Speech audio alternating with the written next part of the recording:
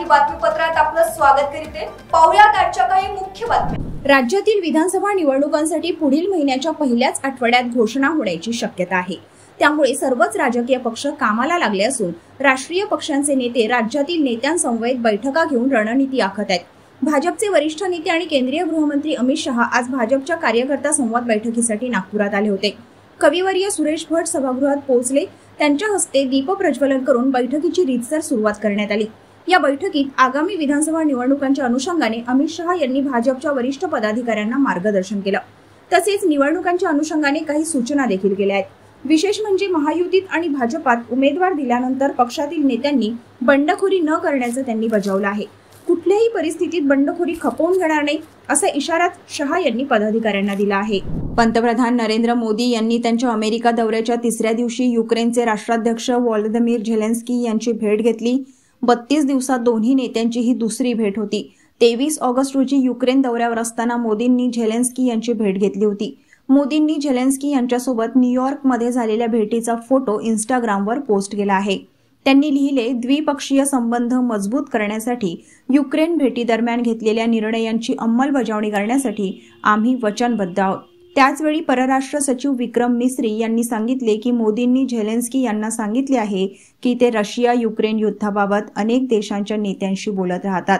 युद्धविरामाचा मार्ग लवकर सापडला पाहिजे असे सर्वांचे मत आहे। युद्ध थांबवण्यासाठी पंतप्रधान मोदींनी केलेल्या प्रयत्नांबद्दल झेलेन्स्की यांनी आभार मानले। झेलेन्स्की यांनीही मोदींच्या युक्रेन भेटीचे कौतुक केले। आपला महाराष्ट्र श्रेष्ठ महाराष्ट्र घडवण्याची क्षमता डबल इंजिन सरकारमध्ये आहे।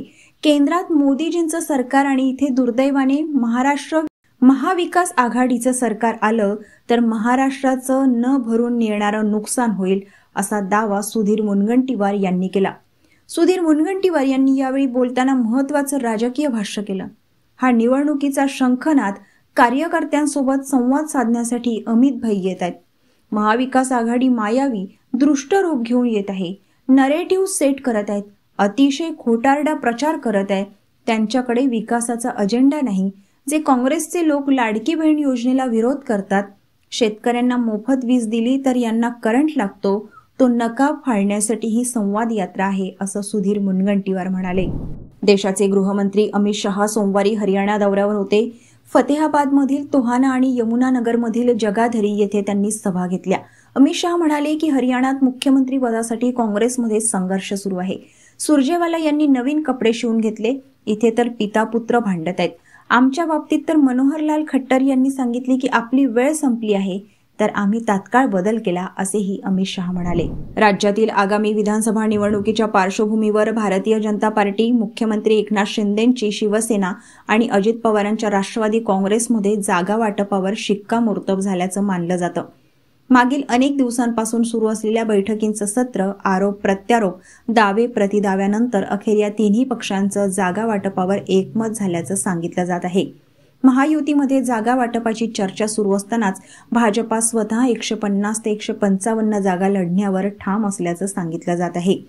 तर भाजपा, शिंदेंची शिवसेना आणि अजित पवारांच्या राष्ट्रवादीसाठी एकूण 130 ते 135 जागा सोडण्यास तयार असल्याचं समजतं।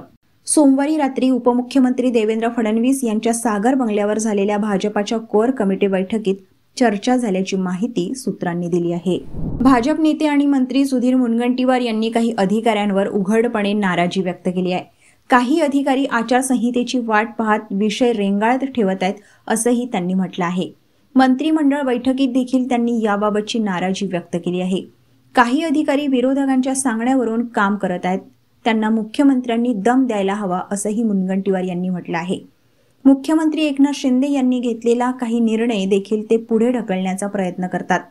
महत्त्वाचा विषय आचारसंहितापर्यंत कसा टळतील यासाठी प्रयत्न करत आहेत। काही मोजके अधिकारी नकारात्मक आहेत, म्हणूनच त्यांना चेतावणी देण्याची गरज होती। असं वागाल तर याद राखा, यावेळी देखील सरकार आमचंच येईल। जनहितासाठी जर तुम्ही आचारसंहितेची वाट पाहत असाल तर ही बाब योग्य नाही असंही त्यांनी म्हटलं आहे। राज्यात परतीच्या पावसाला सुरुवात झाली असून मध्यरात्रीपासूनच ढगांच्या गडगडाटासह पाऊस सुरू झाला आहे।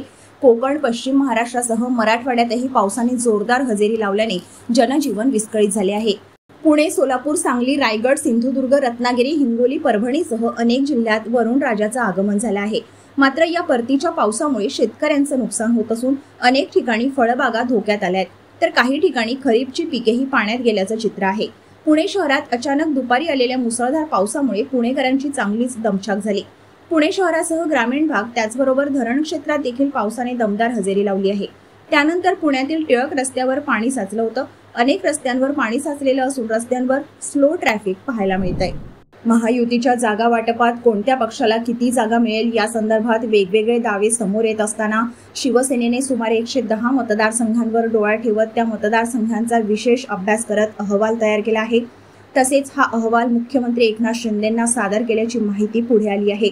त्यामुळे शिवसेना महायुतीत किमान 100 पेक्षा जास्त जागांवर निवडणूक लढवण्याची जोरदार तयारी करत असल्याचे चित्र या निमित्ताने पुढे आले आहे. पंतप्रधान नरेंद्र मोदी सध्या अमेरिकेच्या दौऱ्यावर आहेत. क्वाड शिखर परिषदेत सहभागी होण्यासाठी ते शनिवारी अमेरिकेत दाखल झाले. या दरम्यान त्यांनी जोन बायडेन यांच्यासह अनेक देशांच्या प्रमुखांच्या भेटी घेतल्या. दरम्यान आज 23 सप्टेंबर रोजी युनायटेड नेशन्स जनरल असेंब्लीच्या 79व्या सत्रात बोलताना पंतप्रधान मोदींनी जागतिक दहशतवाद आणि शांततेच्या मुद्द्यावर आपली महत्त्वपूर्ण प्रतिक्रिया दिली.